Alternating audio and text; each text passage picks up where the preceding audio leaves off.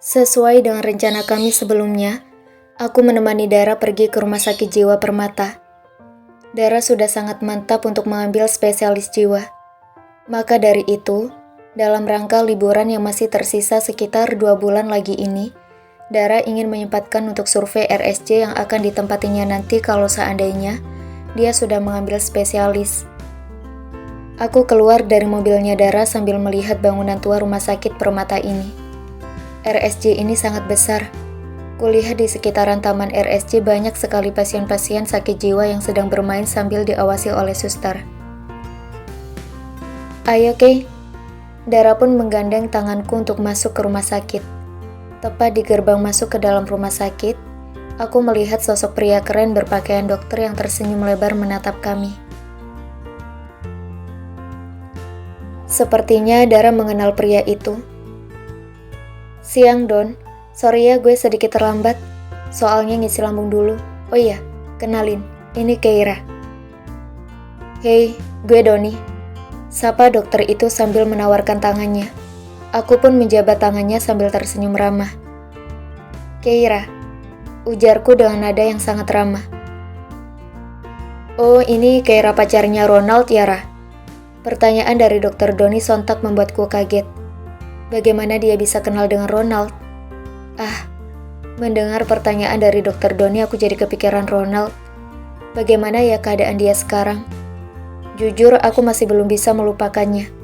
Namun aku akan berusaha sekuat tenaga untuk menghapusnya pelan-pelan dari hatiku. Karena tidak mungkin wanita yang sudah menikah masih mencintai mantan pacarnya. Mantan Don, Keira ini sudah menikah. Dan itu bukan dengan Ronald. Oh gitu, maaf ya Kay, gue nggak tahu. Nggak apa-apa Don. Ya sudah, ayo keliling-keliling rumah sakit ini. Gak cukup loh waktu 2 jam buat survei rumah sakit ini, Ra. Soalnya gede banget.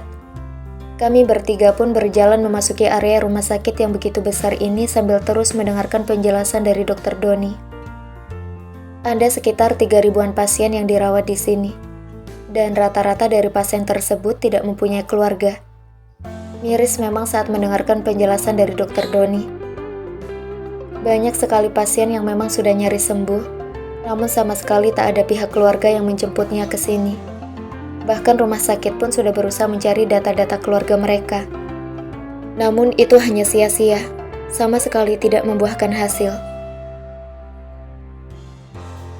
Kalian lihat deh ibu parubaya itu. Kasian banget kan? Setiap hari dia hanya berdiam diri di taman itu dengan kursi rodanya. Dia hidup sebatang kara tanpa tahu di mana keluarganya. Ujar dokter Doni sambil menunjuk ke arah taman yang berjarak cuma 20 meter dari kami.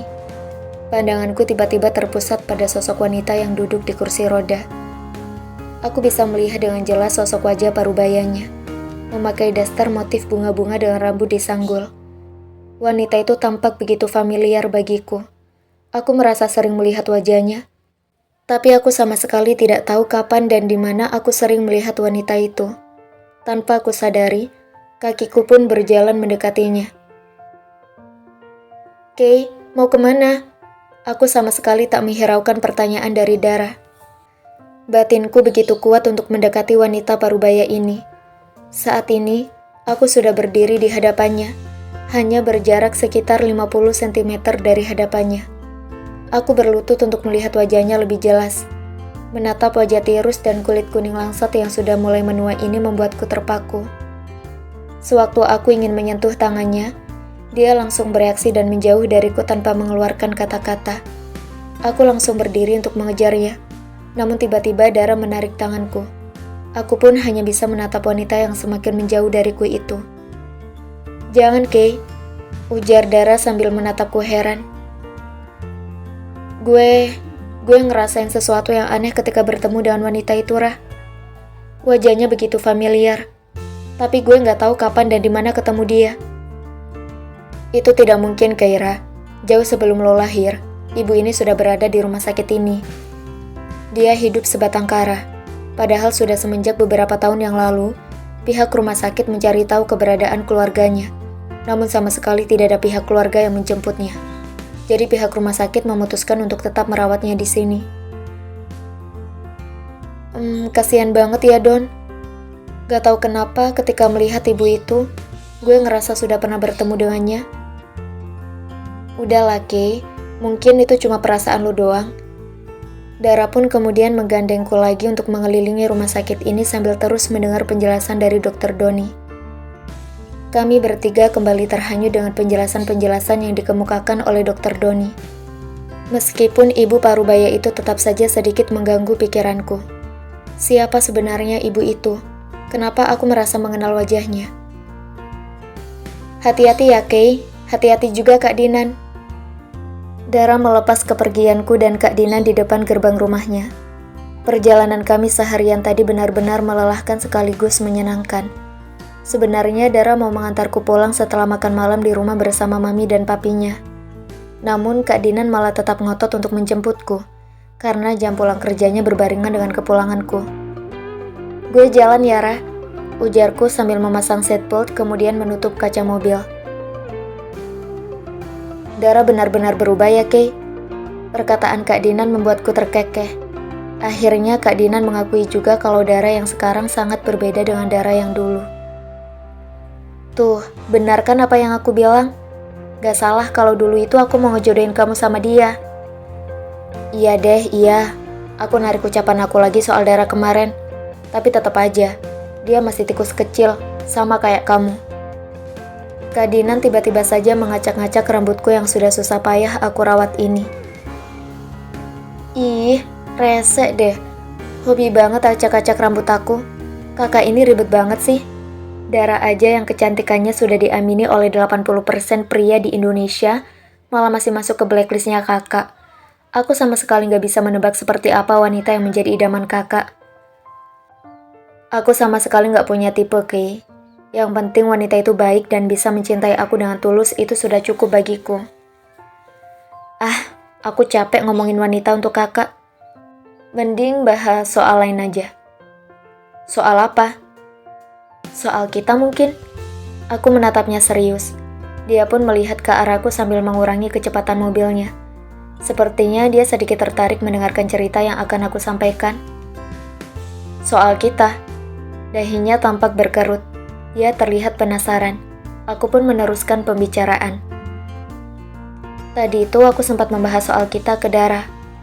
Ya, soal pernikahan semu kita ini. Hah? Dasar, anak kecil ember.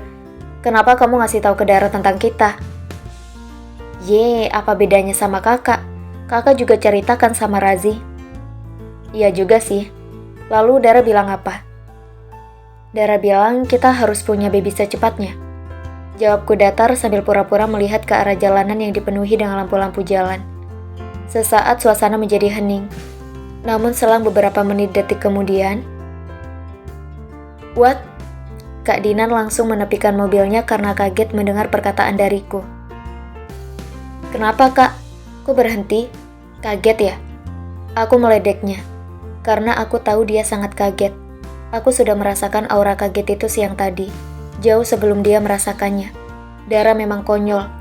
Bagaimana bisa dia menyarankan kami untuk segera punya baby? Sedangkan dia tahu kalau kami hanya menjalankan pernikahan semu. Kembaran kamu itu nggak lagi ngigau kan? Udah tahu kita menikah karena orang tua, malah disuruh punya anak.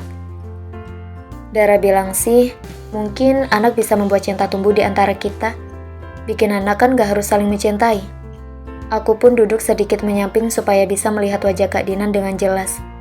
Di satu sisi, apa yang Dara bilang itu memang benar. Kalau melakukan hubungan suami istri itu tidak membutuhkan cinta. Bisa dibuktikan dengan pria bejat yang bisa dan tega memperkosa seorang wanita. Itu kenyataan bukan?